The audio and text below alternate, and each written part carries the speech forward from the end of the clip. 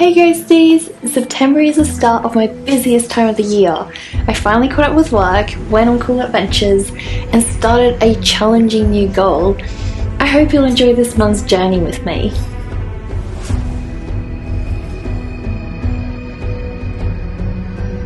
My fiance Jacob took me out for a belated birthday date. We went out to an indoor mini golf course called Holy Moly. We started off by picking a coloured ball from these Beaver gumball machines.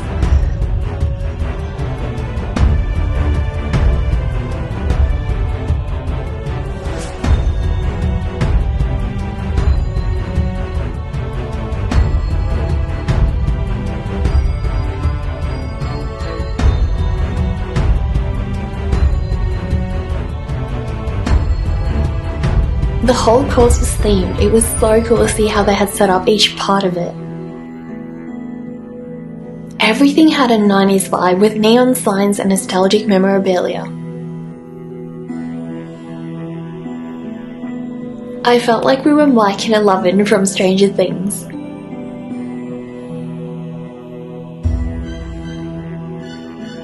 I was amazed at all the details put into each part of the course.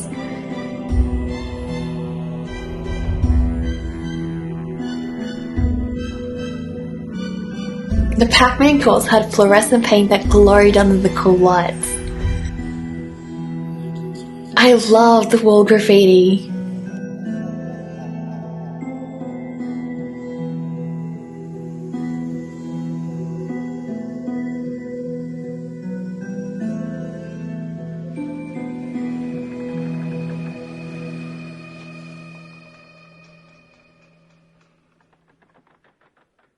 This was like bank robbers raiding a money vault. You press a button and all the money goes flying.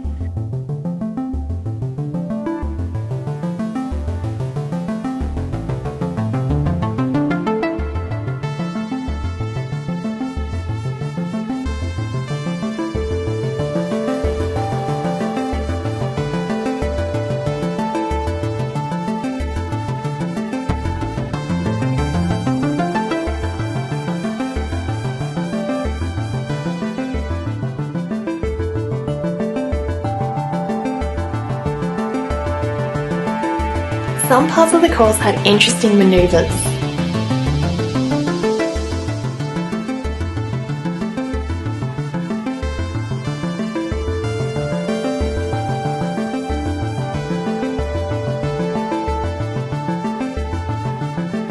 Jacob did pretty well on this one.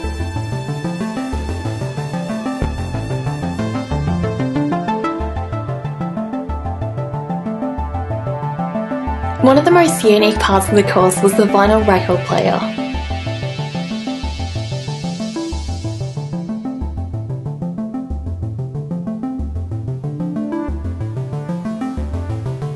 If you got the ball into the hole in the record, you gained a better position in the final section.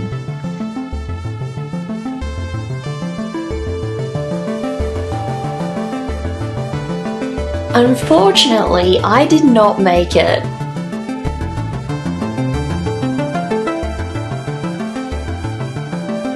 One of my favourite parts of the course was this barbecue. It was a horror theme filled with headless or barbecued Barbie dolls.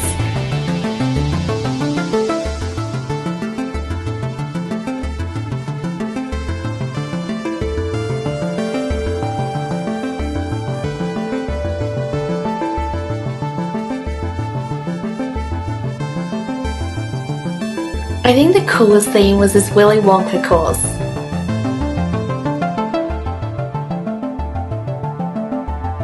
You press this button to float your ball through the tube. It was so cool.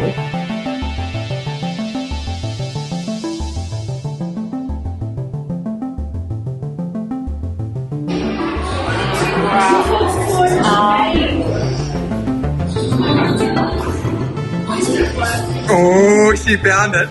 I found one. No. It goes in the middle.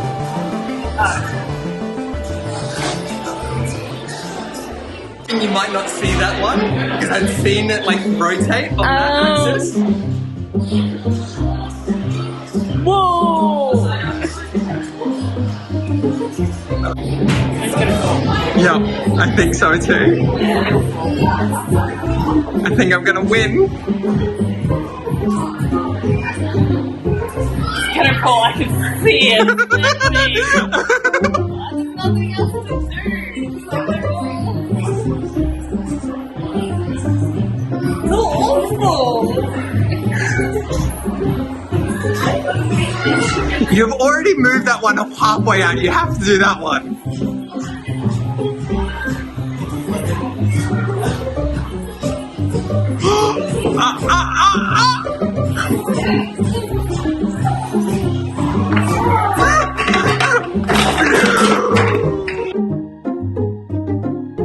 We had so much fun here and we'll definitely be going back.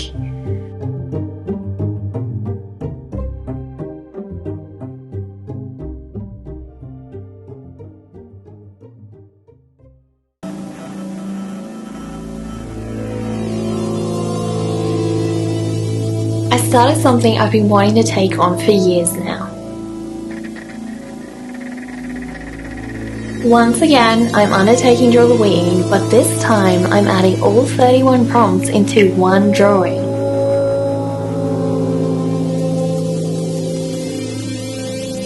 The first little character I drew as my spooky self-portrait, so I turned myself into a Victorian ghost. The paper is as wide as A2, but cut shorter in height. I set out with no plan, just winging each character as I go. Adding the first character to the paper was definitely the hardest part.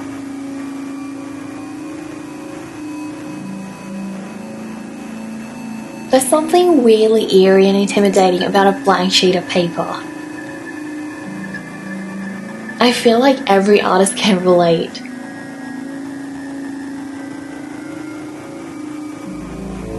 My plan was to make her semi-translucent so she would be noticeably ghost-like. This meant I had to make sure I didn't go too dark with my graphite. I needed to leave levels of depth for the other characters to appear darker.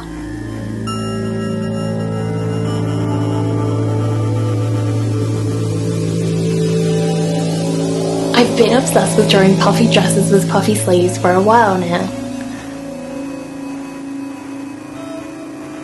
I sometimes wish we could all go back to this era of fashion.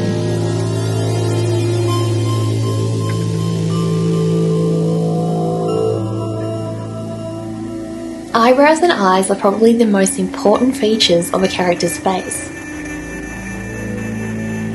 I always look forward to doing them most because they change the character's whole personality.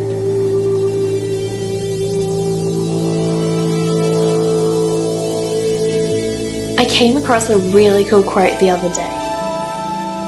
Friedrich Nietzsche once said, "And those who were seen dancing were thought to be insane by those who could not hear the music." It holds such truth to so many creative tendencies. Sometimes our artistic outlets aren't immediately appreciated by others, often because they can't hear our music. I think it's an important reminder that we need to hold true to our work, make art for ourselves, and not pay attention to outside influences. Many revered artists have been rejected by galleries or employers, but pushed on to become artistic icons. Make sure you remember to dance to your own music.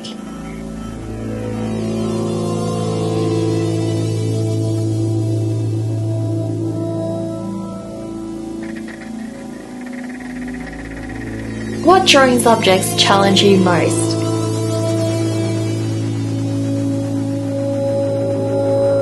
I know I used to struggle a lot drawing clothing and feet.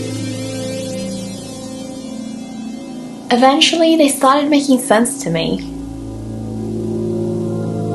Now clothing is one of my favourite things to draw.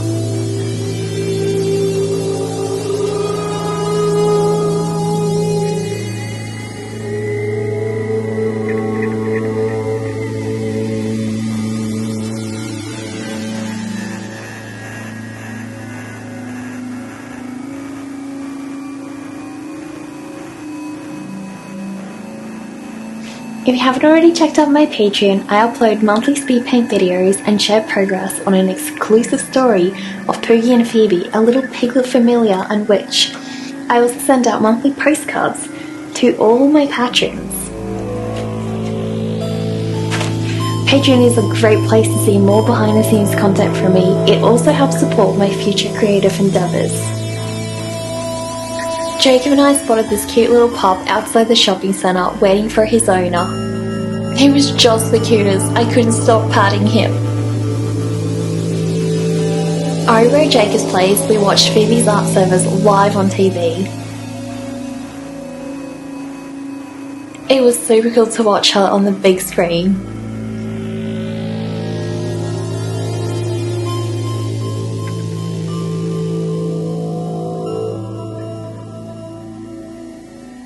One of my favourite things to make is pastries.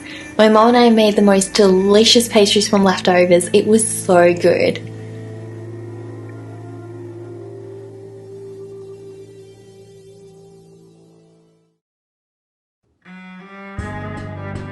My fiance Jacob and I recently had an engagement party for our two families to get together. I decorated the whole table in black and we had purple themed food. We also took some photos of my buddy engagement ring.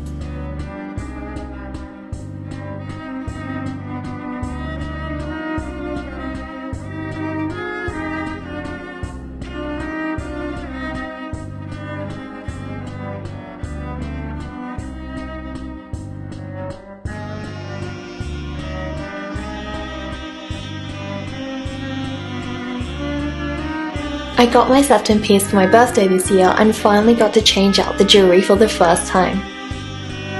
I bought myself some nice clickers from Ask an Embler.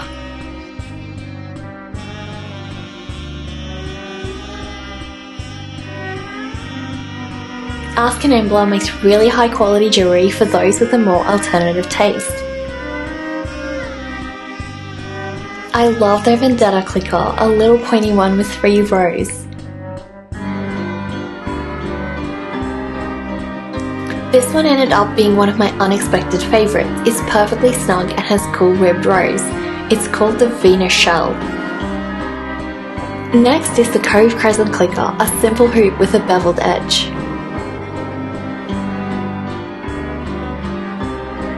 And finally, the Petra clicker. It's tiny and has a lace-like edge.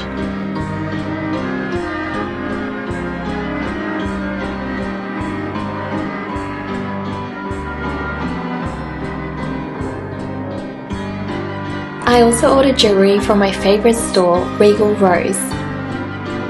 These are some tiny clicker earrings with opals. As is usually the case with Regal Rose's jewellery, they looked even better in person than online. Another septum clicker called Thief of Joy, also with opal.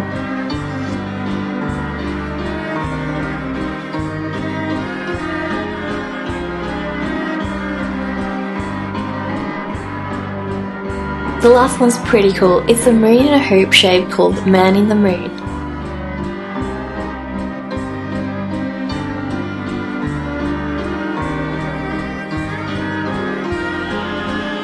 My fiance Jacob recently bought me a birthday and anniversary gift from one of my favourite artists, Brett Manning.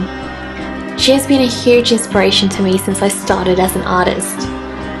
Jacob got me this adorable little butterfly. Brett loves the shade of periwinkle purple, so of course it's super fitting.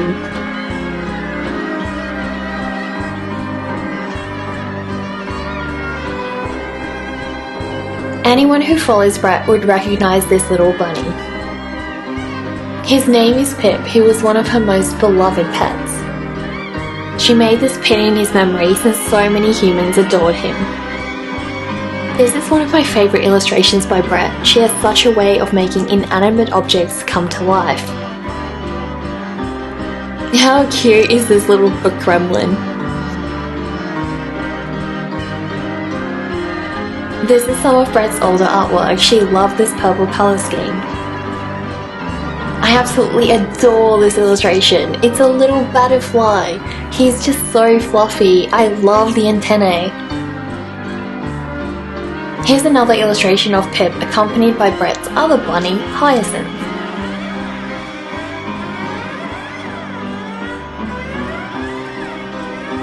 I also got a little gift from Myths and Makes.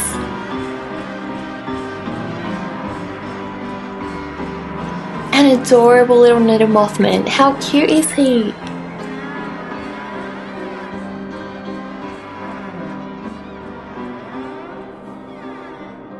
He even has floppy little wings.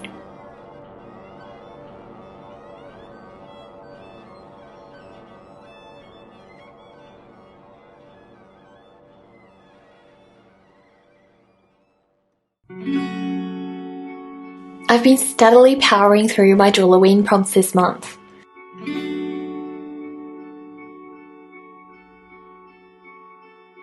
Here I'm working on the prompt Witch Wednesday.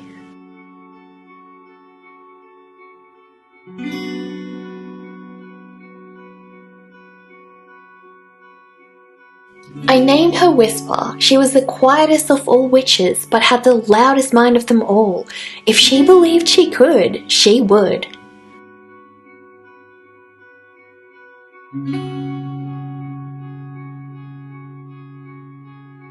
Every year, I'm so excited to see what other artists come up with for the prompts I'm drawing along to.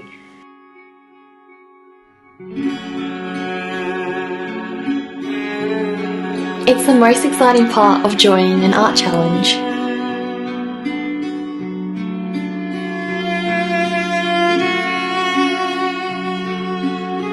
It always amazes me how many different outcomes a single prompt can have.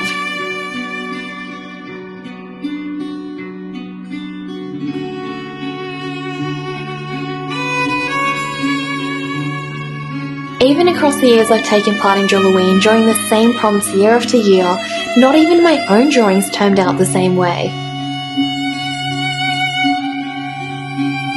It's also such a great way to learn from each other and feel motivated together.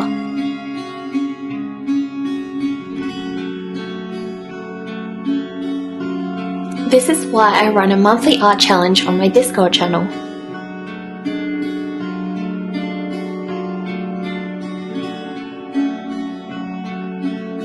Every month, I release a new prompt for my community to draw together.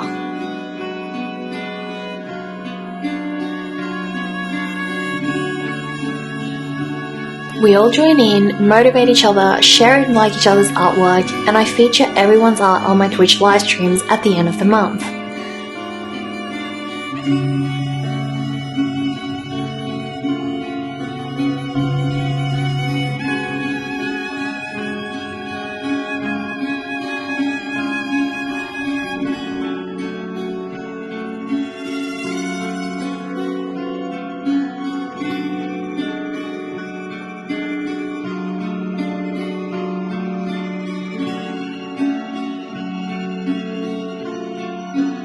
I love to research old-fashioned styles for my characters.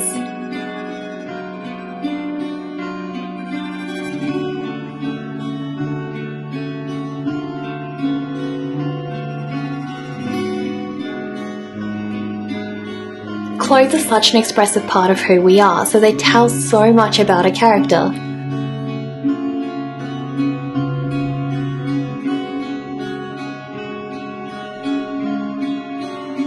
I wanted to give my little witch a simple outfit, one that shows she likes to be left alone, but one that has just enough puffy sleeves to be mysterious and inspire curiosity.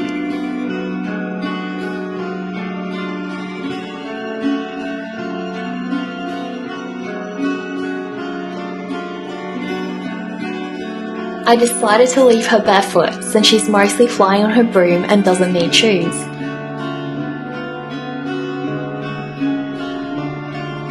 It also reinforces how she likes a simple lifestyle, being close with nature.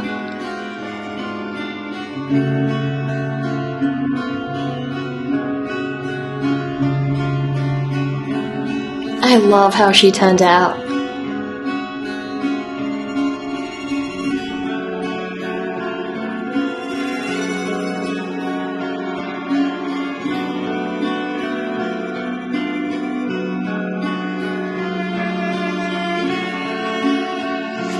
Recently I managed to find a structured balance to my work and personal life for the first time. I kept up with all my tasks while having a healthy amount of free time. This is one of the biggest challenges as a freelancer. It felt so good to finally conquer it. What is the challenge you faced and overcame? How did you feel after accomplishing it? I'd love it if you could respond in the comments.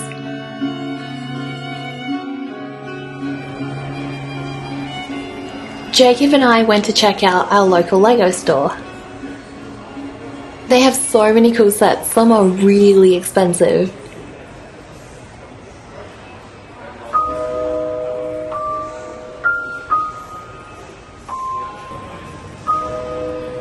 I like this model with Baby Grogu and the Mandalorian.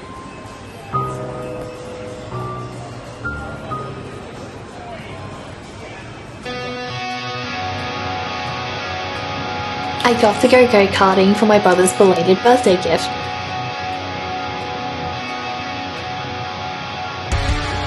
It's super fun and a lot more physical than I expected.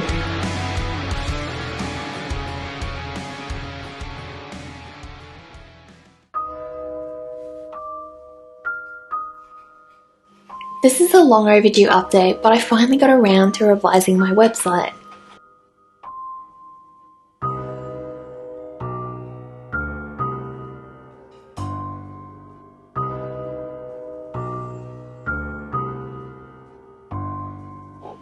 It has a whole new makeover.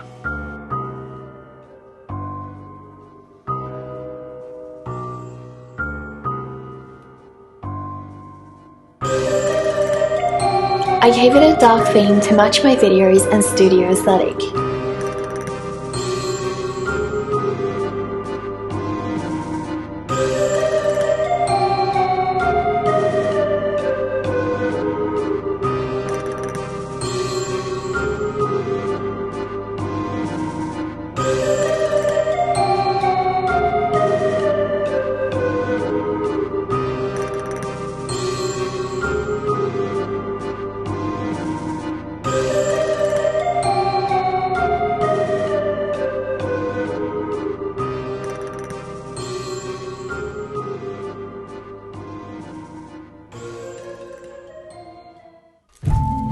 Finally, I packed a bunch of orders to send out.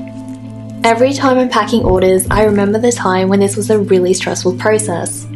I used to take so long finding something to ship it in, making sure everything was packed safely and trying to think of ways to make it all look nice. A few years ago, I streamlined my whole packaging process. I found reputable suppliers to order my paper and packaging materials from. Eventually, this became a much easier streamlined process. My orders are all printed out on the day I ship them off. I don't currently store any stock because I simply don't have the space or money for inventory. Thank you all for following me through my month's journey. If you'd like to support me, please check out my store, subscribe to my Twitch channel, or pledge to me on Patreon. I want to thank my patrons for sponsoring this video and allowing me to spend time on creative projects like these. Now I'll put a spell on you all to go make greatness with your art. Go be amazing.